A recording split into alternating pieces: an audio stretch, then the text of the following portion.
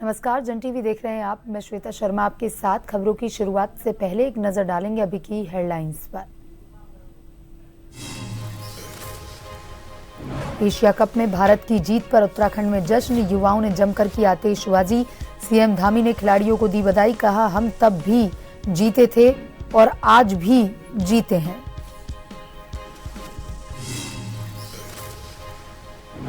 रुड़की में विधायक के बेटे के खिलाफ मुकदमा दर्ज, मारपीट करने का आरोप। सलमान अहमद ने कहा मेरे ऊपर लगाया झूठा केस।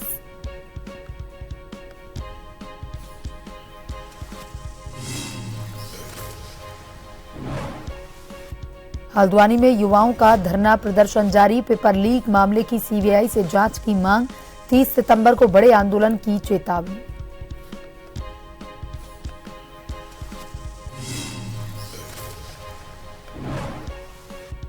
रामनगर पुलिस का सत्यापन अभियान। अलग अलग क्षेत्रों में करीब 450 लोगों से पूछताछ। लापरवाह मकान मालिकों से वसूला जुर्माना।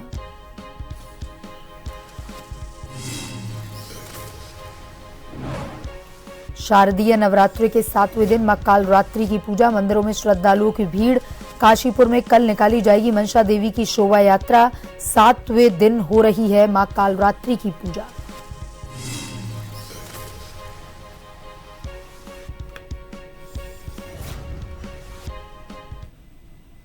और अब खबरें विस्तार से। देहरादून स्थित गढ़ी कैंट बाजार में मुख्यमंत्री पुष्कर सिंह धामी ने व्यापारी और आमजन से संवाद किया। सीएम ने व्यापारियों से नए जीएसटी स्लैब के बारे में सुझाव और फीडबैक लिए। उनसे आम जनता को घटे हुए जीएसटी दरों की जानकारी देने का आग्रह किया। मुख्यमंत्री धामी ने कहा कि प्रधानमंत्री नरेंद्र मोदी के नेतृत्व में केंद्र सरकार ने जनता को सीधा लाभ पहुंचाने के उद्देश्य से कई आवश्यक वस्तु और सेवाओं पर जीएसटी दरों में कमी की है। मुख्यमंत्री ने बड़ी संख्या में उपस्थित लोगों से संवाद कर कहा कि स्थानीय और स्वदेशी उत्पादों को बढ़ावा देना हर नागरिक का कर्तव्य है। स्वदेशी को प्राथमिकता देने से हमारे किसान, कारीगर, छोटे व्यापारी सशक्त होंगे। इसके साथ ही भारत की अर्थव्यवस्था और अधिक मजबूत बनेगी।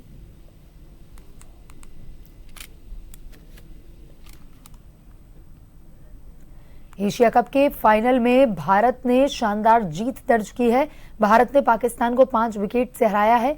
इस मौके पर मुख्यमंत्री पुष्कर सिंह धामी ने भारतीय क्रिकेट टीम को बधाई दी। सीएम धामी ने पोस्ट करते हुए लिखा कि हम तब भी जीते थे, हम आज भी जीते हैं। भारतीय क्रिकेट टीम को T20 एशिया कप का फाइनल मुकाबला जीतने पर हार्दिक बधाई, शुभकामनाएं। हमें आप पर गर्व है। वहीं प्रदेश की खेल मंत्री रेखा आर्या ने भी इस जीत पर भारतीय टीम को बधाई दी। उन्होंने अपने एक्स अकाउंट पर लिखा कि टीम भारत के सभी खिलाड़ी बधाई के पात्र हैं। इस अवसर पर मैं पूरे देश के सभी खेल प्रेमियों को बधाई देती हूं।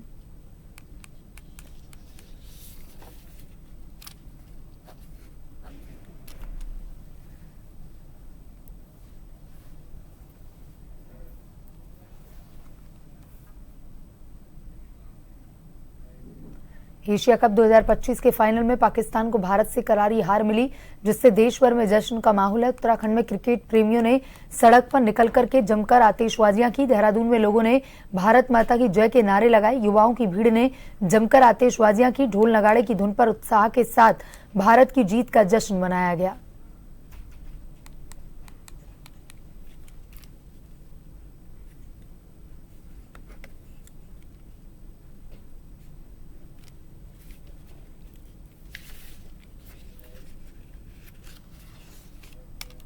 रुड़की में दर्ज मारपीट के मुकदमे को लेकर कलियर विधायक फुरकान अहमद के पुत्र ने बड़ा बयान दिया है। सलमान अहमद ने आरोप लगाने वाले युवक को ही धोखेबाज करार देते हुए कहा कि उसके खिलाफ कई बार मुकदमे दर्ज हो चुके हैं और वह जेल भी जा चुका है। रामपुर स्थित कैंप कार्यालय में मीडिया को सलमान अहमद ने बताया कि पश्चिमी अंबर तालाब निवासी आरिफ कादरी ने उन पर झूठा मुकदमा दर्ज करवाया है। आरिफ सरकारी ठेकों में लोगों को लाभ का लालच देकर पैसे हड़पता है और इसी कारण अब तक 2 बार जेल भी जा चुका है।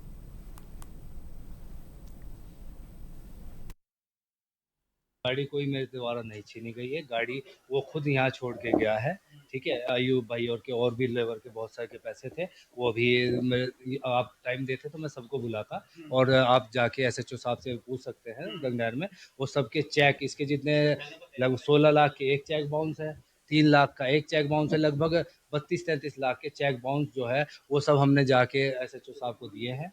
ठीक है, वो सब हमने एसएचओ साहब को पकड़ा है। इसकी गाड़ी का जो मैटर है, गाड़ी का मैटर ये है, ये गाड़ी यहाँ छोड़ के गया कि मैं जिम्मेदारी कि मैं गाड़ी छोड़ के जा रहा हूँ, आप जो है पैसे दे दे पैसे ला रहा हूँ मैं, पैसे दे ले लेना और मेरी गाड़ी दे देना। हमने वो गाड़ी थाने में जमा करा दी थी उसी दिन। आरिफ के जी, आरिफ जिम्मेदार ये बने थे जी। कहने लगी तुम काम करो, पैसा हम देंगे जी। बस जो नहीं, पैसों का लेन देन है आपका? पैसे हमारे 31,22,000 जी। अच्छा, जी। कब के हैं पैसे? पैसे 2018 से चला रहा जी मामला। तो आपके पैसे नहीं दे रहे थे? ना जी, अगर हम पुलिस प्रशासन को अवगत नहीं करा जी, हम नो तहरीर भी बतेरी दीजिए, हाँ। तो पुलिस कप्तान के यहाँ से भी दीजिए, एसपी देहात के यहाँ भी दीजिए। ये फ़ोन करो थे, एक बार फ़ोन उठा लिया, फिर इनका फ़ोन नहीं उठा। यूके SSSC का पेपर लीक होने के बाद पूरे प्रदेश में सरकार के खिलाफ भारी आक्रोश है। पूरे प्रदेश में जगह जगह छात्रों के द्वारा भर्ती परीक्षा की CBI जांच की मांग करते हुए धरना प्रदर्शन किए जा रहे हैं। लोहाघाट के पूर्व भाजपा विधायक पूरन सिंह फर्त्याल ने पेपर लीक मामले में छात्रों और जनता की CBI जांच की मांग को उचित ठहराया। फर्त्याल ने कहा, सरकार ने छात्रों और जन भावनाओं का सम्मान करते हुए CBI जांच करवानी चाहिए ताकि मामले का दूध पानी का पानी हो सके, दोषियों को कड़ी सजा मिल सके।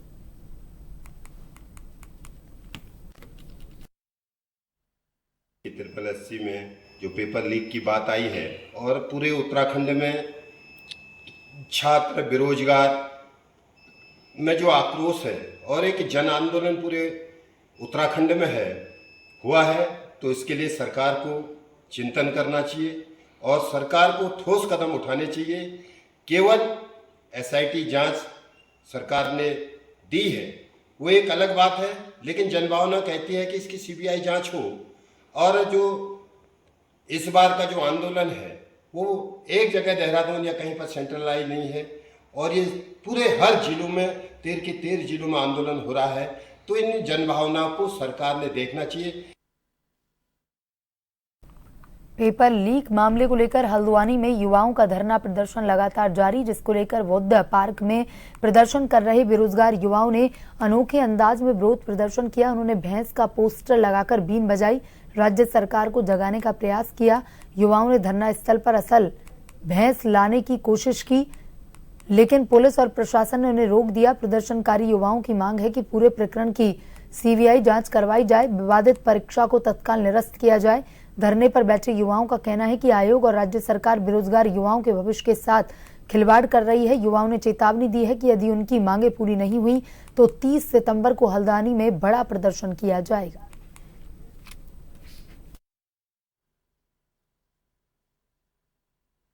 लगातार हम लोग आयोग और सरकार से मांग कर रहे थे कि जो है सुने हमारी CBI जांच कराएं, भर्ती जो हुई है उसको रद्द करें। और CBI जांच होती तो आपने कल ही देखा कि कल यूपी टेट का एग्ज़ाम हुआ और यूटेट का एग्ज़ाम में भी नकल पकड़ी गई है। हम इसीलिए आयोग से ये मांग कर रहे हैं कि CBI जांच कराई जाए और CBI जांच होगी तो परत दर परत चीज़ें खुलेंगी। हमारी साफ और स्पष्ट यही मांग है कि CBI जांच हो, जो एग्ज़ाम हुआ है उसको कैंसिल कराया जाए और एग्ज़ाम कराया जाए और आयोग के अंदर जो भ्रष्ट अधिकारी और कर्मचारी बैठे हैं उनको हटाया जाए, यही मांग है। और मीडिया के बंधुओं के माध्यम से यही कहना चाहूँगा, जब तक ये मांगें पूरी नहीं होंगी तब तक हम बैठे रहेंगे। रामनगर कोतवाली पुलिस ने वरिष्ठ पुलिस अधीक्षक प्रहलाद नारायण मीणा के निर्देश पर रामनगर के विभिन्न इलाकों में सत्यापन को लेकर अभियान चलाते हुए कड़ी कार्रवाई की है। CO सुमित पांडे ने जानकारी देते हुए बताया कि अभियान के तहत किराएदार, फड़फेरी, ठेले समेत 450 लोगों से पूछताछ की गई, जिसमें पुलिस द्वारा 81 पुलिस एक्ट में 46 चालान और 11,500 रुपए का संयोजन शुल्क वसूला गया।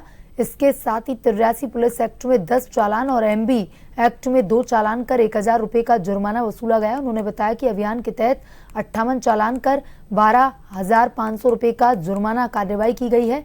यह अभियान लगातार जारी रहेगा। देखिए, रामनगर पुलिस द्वारा आज जो हमारे क्षेत्र है उसके अंदर लगातार सत्यापन अभियान की कार्रवाई चलाई गई और लगातार चलाई जा रही है। इसके अंदर हमने जो चिन्हित कर रखे हैं अभी पुछड़ी एरिया, गुलरघट्टी एरिया, और पिरमदारा हो गया, पंपापुरी एरिया हो गया, मालदन, यहाँ पे हमारे द्वारा सत्यापन का अभियान चलाया जा रहा है। और चालान ना मिले, सत्यापन ना मिलने पर, अगर किसी किराएदार है उसके पास सत्यापन नहीं है तो उसी में मालिक का चालान किया जा रहा है 83 पुलिस एक्ट के अंदर में। और मेरी अपील जो है क्षेत्रवासियों से यही रहेगी कि अगर आप किसी को किराए पे घर देते हैं, मकान देते हैं, तुरंत पुलिस वेरिफिकेशन करवाइए। चंपावत जिले की लोहाघाट विधानसभा के नेपाल सीमा से लगे निडिल ग्राम सभा के खेत तोक के ग्रामीण आज भी सुविधाओं के अभाव में जीवन यापन कर रहे हैं। खेत तोक लोहाघाट ब्लॉक का नेपाल सीमा से लगा पहला गांव है जो महाकाली नदी के किनारे बसा हुआ है। खेत के युवा भरत सिंह खटाल, केसर सिंह खटाल आदि ने बताया कि पिछले 5 महीने से गांव में नेटवर्क नहीं, जिस कारण ग्रामीणों का लोगों से संपर्क नहीं हो पा रहा।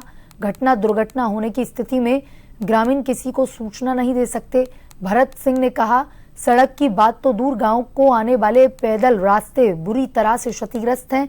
साथ ही कहा कि क्षेत्र में जनप्रतिनिधि सिर्फ वोट मांगने आते हैं, उसके बाद उनकी सूरत तक नहीं दिखाई देती। न ही प्रशासन के अधिकारी गांव में उनकी समस्या जानने व सुध लेने पहुंचते हैं। सुविधाओं का अभाव होने के कारण कई परिवार यहां से पलायन कर चुके हैं। ग्रामीणों ने जिलाधिकारी चंपावत मनीष कुमार से उनकी सुध लेने की गुहार लगाई है। मामला संज्ञान में आने के बाद चंपावत के डीएम मनीष कुमार ने ग्रामीणों की सुध लेने, उनकी समस्याओं का समाधान करने के लिए खेत गांव जाने का निर्णय लिया है। जिलाधिकारी ने कहा, जल्द ही वह सीमांत के पहले गांव खेत जाएंगे और ग्रामीणों की समस्याओं का समाधान किया जाएगा।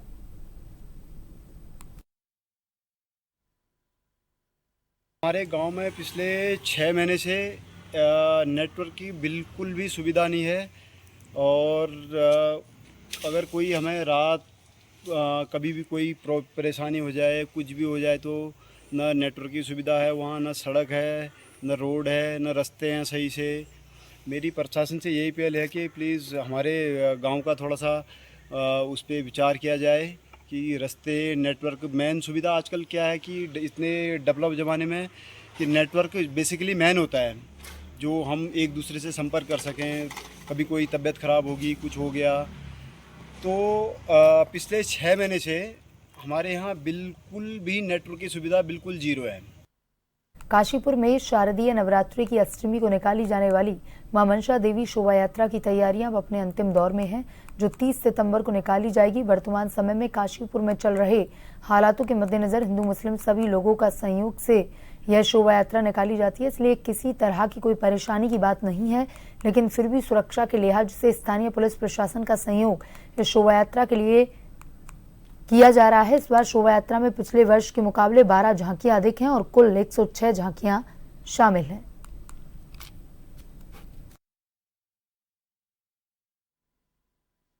अष्टमी 30 तारीख को मंगल के दिन माता रानी का डोला 2 बजे से निकलेगा। मुख्य बाजार होता हुआ मां चामुंडा से मिलता हुआ फिर वापिस इसी स्थान पर वापिस होगा और पूरी जोर शोर से तैयारियां हैं। पिछले साल से लगभग 12 झांकियां जाती हैं, 106 झांकियां हमारे पास हैं। सोनीपत है, सहारनपुर है, रुद्रपुर है, बहडोई है, एटा है, तमाम जगह जगह की झांकियां माता रानी की शोभा यात्रा में हैं। उत्तराखंड में दशहरे की तैयारियां जोरों पर चल रही हैं। वहीं देहरादून में भी रावण, कुंभकर्ण, मेघनाथ के सबसे ऊंचे पुतले बनाने की तैयारियां अंतिम दौर में हैं, जो बच्चों के आकर्षण का केंद्र हैं। देखिए खास रिपोर्ट। उत्तराखंड की राजधानी देहरादून में रावण, कुंभकर्ण और मेघनाथ के सबसे बड़े पुतले स्थापित करने की तैयारियां अंतिम दौर में हैं। इन पुतलों को बन्नू समुदाय बनवा रहा है। इन्हें परेड ग्राउंड में स्थापित किया जाएगा। बन्नू समुदाय आजादी के बाद पाकिस्तान के बन्नू इलाके से भारत आया था। बन जाने के बाद कुंभकर्ण का पुतला 70 और मेघनाथ का 75 फीट ऊंचा होगा। रावण के पुतले की ऊंचाई 121 फीट होगी। इस बार जो खास अट्रैक्शन है इसका, जो पुतले हमारे 50, 55, 60 फीट के बनते थे, इस बार 70, 75 और 121 फीट के हैं और तीनों सिमिलर ही लगेंगे ये। और बाकी हमारी शोभा यात्रा है, उसकी पूरी तैयारी है और दशहरे से एक दिन पूर्व हमारा मेला लगता है यहाँ पे और उसमें भी हमने बहुत चीज़ें नई करी हैं। बच्चों के लिए बहुत अट्रैक्शन की चीज़ें हैं, वो जब आप आएंगे तो आपको दिखेगा और बहुत सी चीज़ें आपको नहीं मिलेंगी इस बार। विशाल और रंग बिरंगे पुतलों को करीब 20 कारीगर तैयार कर रहे हैं। इन्हें बनाने में 2 हफ्ते से ज्यादा समय लगा है। इसकी मेहनत तो बहुत लगी, 10-15-20 आदमी लगे थे हमारे। जो भी इस टाइम चले गए वो है नहीं है, हम ही बचे हैं। डिजाइन कैसे डिसाइड किया आपने कि इस तरह का डिजाइन करना है? डिजाइन कोई नहीं, दिमाग से निकाल लेते हैं डिजाइन कोई सा भी। हाँ, तो करीब 10 दिन लग गए बनने में। हाँ। विशाल पुतलों को देखने के लिए कई लोग और खासकर बच्चे दशहरा से पहले ही परेड ग्राउंड पहुंच रहे हैं। आयोजकों ने बताया कि इस साल दशहरा का खास आकर्षण पर्यावरण के अनुकूल हरित पटाखे होंगे। इनका इस्तेमाल वायु प्रदूषण कम करने के लिए किया जाएगा। लोहाघाट ब्लॉक के सीमांत दिगाली चौड़ के पूर्व ग्राम प्रधान मोनू बिष्ट के प्रयासों से दिगाली चौड़ के खेल मैदान में प्रशासन के द्वारा युवाओं को स्वस्थ रखने, नशे से दूर रखने के लिए ओपन जिम खोला गया है। ओपन जिम खुलने से क्षेत्र के युवा काफी खुश नजर आ रहे हैं।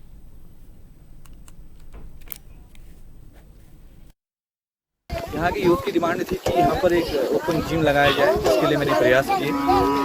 इस प्रयास में माननीय जिलाधिकारी महोदय नवनीत पांडे जी का और युवा कल्याण अधिकारी कन्हैया जी का पूरा हमें सहयोग मिला। इसके फलस्वरूप आज यहाँ पर जिम का इंस्टॉलेशन हो चुका है और यहाँ के बच्चे एंजॉय कर रहे हैं। मैं भी इससे खेला बड़ा था और यहाँ तक पहुँचे। एक टीम हमारे हमारा इस फील्ड के प्रति हमें हमेशा लगाव रहता है। इसमें मैंने GIC दिगाली चौड़ से 12th पास आउट किया और हमारे मोनूदा जो कि पूर्व प्रधान रह चुके हैं, उनके प्रयासों से यहाँ पे जिम लगा हुआ है जिसका फ़ायदा बच्चे उठा रहे हैं, जो कि उनके हेल्थ और फिटनेस के लिए बहुत ज़्यादा ज़रूरी है। मैं धन्यवाद करती हूँ मोनूदा का, जो उन्होंने दिगाली चौड़ में जिम यहाँ पे लगवाया है। देश के प्रधानमंत्री नरेंद्र मोदी के जन्मदिन को भारतीय जनता पार्टी पूरे देश में सेवा पखवाड़े के रूप में मना रही है, जिसके चलते मंगलोर के टिकोला कला गांव में शिविर आयोजित किया गया। शिविर ब्लॉक प्रमुख प्रतिनिधि कविंद्र चौधरी के कैंप कार्यालय पर आयोजित किया गया, जिसमें आसपास के गांव समेत टिकोला कला गांव के भी बड़ी संख्या में मरीज पहुंचे, जिन्होंने अपना स्वास्थ्य चेकअप करवाया, साथ ही साथ आंखों की जांच करवाई। इस शिविर में जहां स्वास्थ्य विभाग के साथ साथ गोदान, कृषि, समाज कल्याण, अल्पसंख्यक विभाग और ऊर्जा निगम के अधिकारी प्रमुख रूप से पहुंचे थे, वहीं भाजपा की जिलाध्यक्ष डॉक्टर मधु सिंह भी पहुंची, जिन्होंने फीता काटकर शिविर का शुभारंभ किया। इस मौके पर टिकोला कला गांव के बड़े बुजुर्गों के साथ प्रमुख प्रतिनिधि चौधरी रविंद्र सिंह ने भाजपा जिलाध्यक्ष मधु सिंह को शॉल और बुके देकर सम्मान किया।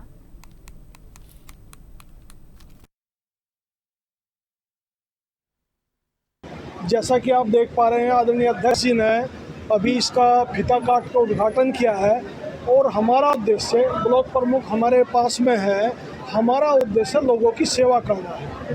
राजनीति अलग बात है। आदरणीय नरेंद्र मोदी जी और पुष्कर सिंह धामी के नेतृत्व में जो सरकार चल रही है, उसका कारण ये है जो अंतिम छोर पर बैठा हुआ व्यक्ति है उस तक हम लाभ कैसे दें, लोगों को चक्कर ना काटने पड़े। इसलिए स्वास्थ्य विभाग का जो कैंप पूर्ण रूप से लगाया गया, उसमें आंखों का ब्लड डोनेशन और सभी जांच उसमें चल रही है। देखिए, ये हमारे 17 तारीख से सेवा पखवाड़ा चल रहा है और हम जगह जगह स्वास्थ्य कैंप, ब्लड डोनेट कैंप लगा ही रहे हैं। लेकिन इस क्षेत्र में जो भाई कविंदर जी ने ये स्वास्थ्य कैंप लगाया है, ये एक मतलब इस परिप्रेक्ष्य के लिए, ग्रामीण क्षेत्र के लिए बहुत बड़ी उपलब्धि है। मैं ये समझती हूँ कि कविंदर जी ने इसमें विभागों के लोग भी बुलाए, यानी कि जो किसी की समस्याएं हैं, जैसे मैंने अभी देखा सोलर पैनल है या समाज कल्याण वाले हैं, ये भी साथ में आए हुए हैं, तो ये एक बहुत अच्छी बात। देखिए, यहाँ पे एक तो सर का बहुत बहुत धन्यवाद, मैम का बहुत बहुत धन्यवाद यहाँ पे सबको प्रेरणा देने के लिए। ये कैंपिंग एक्टिविटी हमारी लगातार चल रही है और 2 अक्टूबर तक लगातार चलेगी। इसमें क्या है, हम यहाँ पे सबको दवाइयाँ, जांचें, सब चीज़ें वितरित कर रहे हैं। आंखों का कैंप यहाँ पे लगाया, आंखों की जांच हो रही है, जिसको चश्मे की आवश्यकता है वो भी दी जाएगी। साथ में ब्लड डोनेशन कैंप भी लगाया जा रहा है और साथ में जो भी और कोई इन्वेस्टिगेशन है वो भी एडवाइस की जा रही है यहाँ पे, ताकि लोगों को ज़रूरी नहीं कि अगर हम लोग उनका पूरी तरीके से निस्तारण कर पाएँ उनकी बीमारियों का, पर उनको बीमारियाँ बता सकें ताकि वो आगे जाके उनका इलाज करा सकें। में उत्तराखंड कांग्रेस का संगठन सृजन अभियान अब अंतिम दौर में पहुंच चुका है। जिले में पहुंचे एआईसीसी के पर्यवेक्षक भी लगातार कार्यकर्ताओं से संवाद कर अपनी रिपोर्ट तैयार कर रहे हैं और इसी क्रम में टिहरी जिले के पर्यवेक्षक कुलदीप राठौर ने मीडिया से बातचीत में कहा कि जिले के प्रत्येक कार्यकर्ता से विस्तार से बात की गई है। उनके फीडबैक के आधार पर रिपोर्ट लगभग तैयार हो चुकी है और जल्द ही इसे पार्टी के शीर्ष नेतृत्व को सौंपा जाएगा।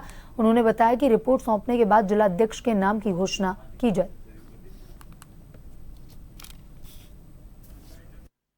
भारतीय कांग्रेस कमेटी ने निर्णय लिया कि जो भी पार्टी में नियुक्तियां होगी, खासकर जिला कांग्रेस के अध्यक्ष की, उसमें पार्टी के कार्यकर्ताओं की राय को जानने का प्रयास होगा। इसी के तहत पूरे देश में जो है संगठन सृजन अभियान के तहत जिला कांग्रेस कमेटी के अध्यक्षों की नियुक्ति की प्रक्रिया जो है चल रही है। पार्टी ने जो वरिष्ठ नेता है कांग्रेस पार्टी के, उन्हें जिम्मेवारी सौंपी है और मुझे भी यहाँ टिहरी गढ़वाल ज़िले में जाने का मौका मिला।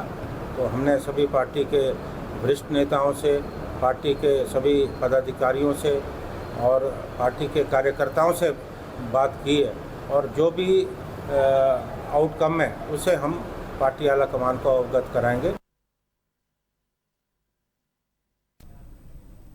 बुलेटिन में अभी तक के लिए इतना ही। बने रहिए जन टीवी के साथ। नमस्कार।